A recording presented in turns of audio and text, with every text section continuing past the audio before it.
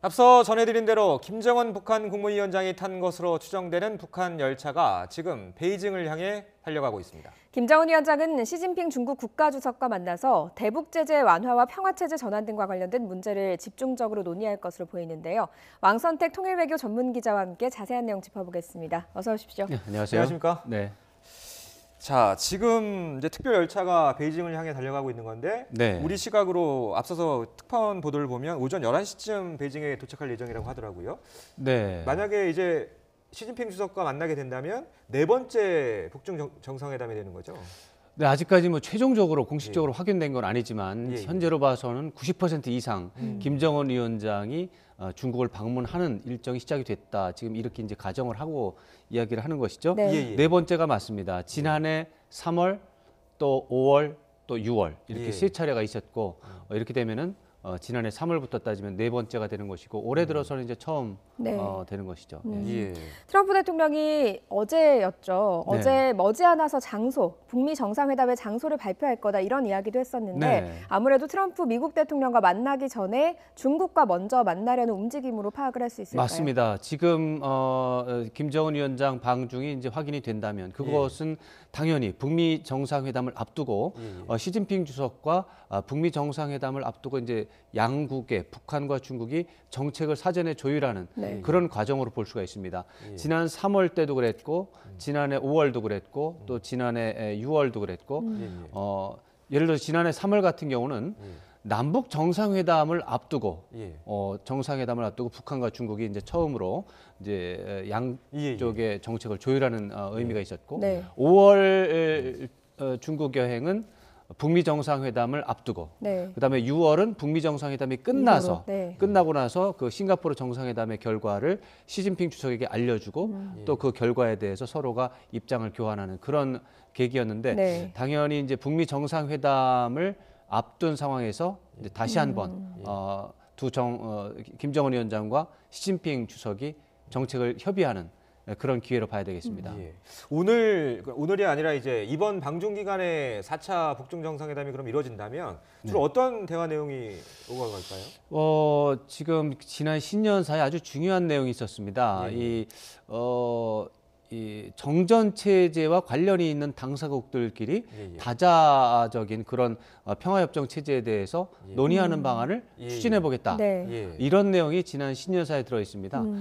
그러니까 김정은 위원장 입장에서는 평화 체제라고 하는 부분이 굉장히 중요한 부분이고 네. 그러한 부분에 대해서 그냥 단순하게 생각하는 게 아니라 이제 사자 회담이라고 하는 그런 상황을 염두에 두고 그런 부분을 올해 좀 추진을 할 생각이 있다는 걸 밝혔고 그 사자 회담이라고 하는 게 남과 북, 미국과 중국을 의미하는 거거든요. 네. 이게 사실은 1996년과 99년 사이에 이미 했던 거예요. 네. 했던 건데 그 다음에 성과가 없이 끝났죠.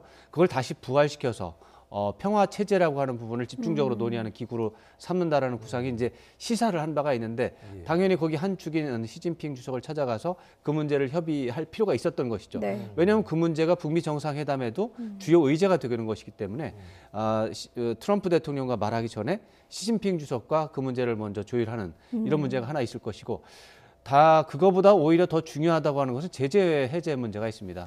김정은 위원장은 트럼프 대통령과 만나서 제재를 해제하는 문제를 논의하는 게 기본적인 관심사인데 네. 미국 쪽에서는 그 부분에 대해서 이제 의견이 다른 부분이 있으니까 잘 안 될 수도 있거든요. 그러니까 잘 될 경우 또 잘 안 될 경우 이런 경우의 수를 나눠놓고 시진핑 주석과 그런 부분에 대해서 협조를 할 일이 있는지 이런 거에 대해서 서로의 의견을 좀 교환하는 그런 자리가 될 것 같습니다. 아직 2차 북미 정상회담의 날짜가 정확하게, 장소도 정확하게 이야기가 되고 있지 않습니다. 발표가 그렇습니다. 되지는 않았는데 사실 아까 박희천 특파원의 보도를 보면 지난해 5월에 2차 북중 정상회담을 한 이후에 트럼프 대통령이 6월 12일로 맞습니다. 네, 북미 정상회담 개최를 공식 발표했다고 했거든요. 맞습니다. 이번 만남을 하고 나면 장소나 날짜가 발표될 가능성이 있을까요? 가능성이 높다고 봐야 됩니다. 이게 지난해 3월, 5월, 6월에 이제 중국을 방문했는데 그때마다 거의 동일한 패턴이 나왔기 때문에 그렇게 예상을 할 수가 있습니다. 이제 3월에 중국을 방문했죠. 3월 25일부터 28일까지 네. 3박 4일이 되겠습니다. 3박 4일 동안 중국을 방문했는데 4월 27일 날 남북 정상회담을 했습니다. 예. 그러니까 한 달 전에 4주 전에 간 겁니다. 그다음에 이제 5월 달에 언제 가느냐? 5월 7일에서 8일 동안 1박 2일 일정으로 달리엔에 갔습니다. 그런데 6월 12일 날 북미 정상회담을 했잖아요. 네. 4주 전에 갔습니다. 그리고 그다음에 이제 6월 12일 날 북미 정상회담을 했잖아요. 6월 19일 날 베이징에 갔어요. 한 2주 만에 일주일 만에 베이징에 가서 결과를 얘기한 거죠. 네. 그러니까 어떻게 보면은 중요한 일이 있을 때 4주 전에 시진핑 주석하고 얘기를 해야 되겠다라고 하는 문제 의식을 가지고 있는 거죠. 북한의 지도부가. 예. 그렇다면은 이번에도 그런 것을 다시 얘기를 해보면 4주 후에 큰 일이 있을 수 있다. 이렇게 보면은 1월 말이나 예, 빠르면 1월 말. 1월 예. 말이나 2월 초에 예, 예. 북미 정상회담이 열리는 문제를 염두에 두고 예. 한 달 4주 정도 앞두고 이제 북한과 중국의 두 지도자가 협의를 하는 그런 상황이다 이렇게 예측을 할 수가 있는 것이죠. 그러니까 예. 시기적으로 보면 2월 초쯤이라고 하는 걸 염두에 뒀다를 예상할 수 있는 그런 상황이 되는 거죠. 네. 예. 앞서서도 이제 신년사 내용을 말씀해 주셨었는데 김정은 위원장 신년사 내용에 보면 중국과의 어떤 협력을 좀 강화하겠다 이런 의지를 담았었잖아요. 그러니까 중국이라는 말은 없는데 예. 거기에 정전협정과 예, 관련 예. 있는 국가라는 말을 넣었기 때문에 네. 그 나라가 남북 미중밖에 없는데 남북 미는 대화를 하고 있거든요. 네. 그런 상황에서 그런 표현을 썼다는 건 중국을 시사하는 거라고 봐야 되는 거죠. 예. 그런 어떤 배경이 좀 작용했다고 봐야 될까요? 어떤 북미 간 협상에서 북한이 좀 주도권을 갖겠다 뭐 이런 의도로 봐야 되는 건가요? 뭐 주도권을 갖겠다라고 하는 협상에 참여하는 모든 나라의 꿈이고 모든 나라의 의무입니다. 그러니까 북한도 구상이 있고 미국도 구상이 있고 네. 심지어 우리나라도 지금 북미 정상회담에 있어서는 우리도 구상이 있는 겁니다. 구상이 있어야죠. 구상이 없으면 안 되는 거죠. 네. 북한도 구상이 당연히 있는 것이고 전술이 있는 것이고 전략이 있는 것이고 나름대로의 음모가 있는 것이죠.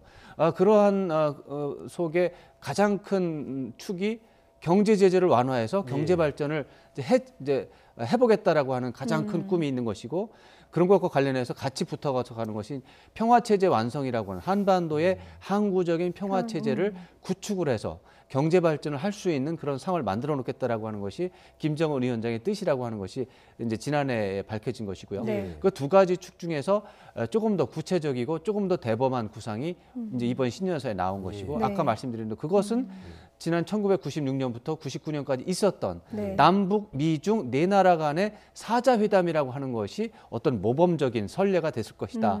이렇게 생각하는 것이고 이것은 또 다른 의미가 있는데 2003년부터 2009년까지 육자회담이라는 게 있었고 지금 다 육자회담 얘기를 이제 해왔잖아요. 네. 이제 몇 년 동안.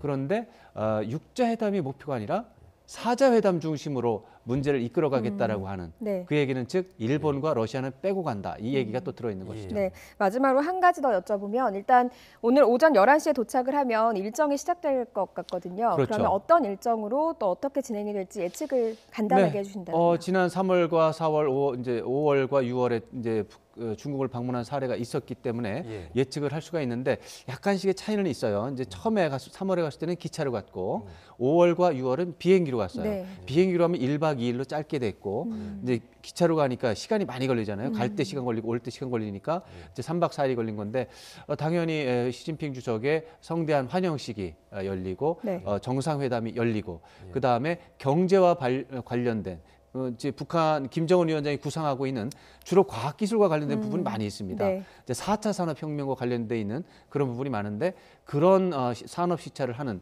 그런 게 기본적으로 들어있을 것이다. 이렇게 봐야 되겠습니다. 네, 알겠습니다. 자, 오전 11시쯤에 이제 베이징 도착하면 그 즈음에 뭐 공식 발표가 나올지도 좀 주목을 해봐야 될 것 같은데. 공식 발표는 제가 볼 때는 안 날 것 같습니다. 이것이 지난 세 차례 언제쯤 나올까요? 그럼 공식 발표는?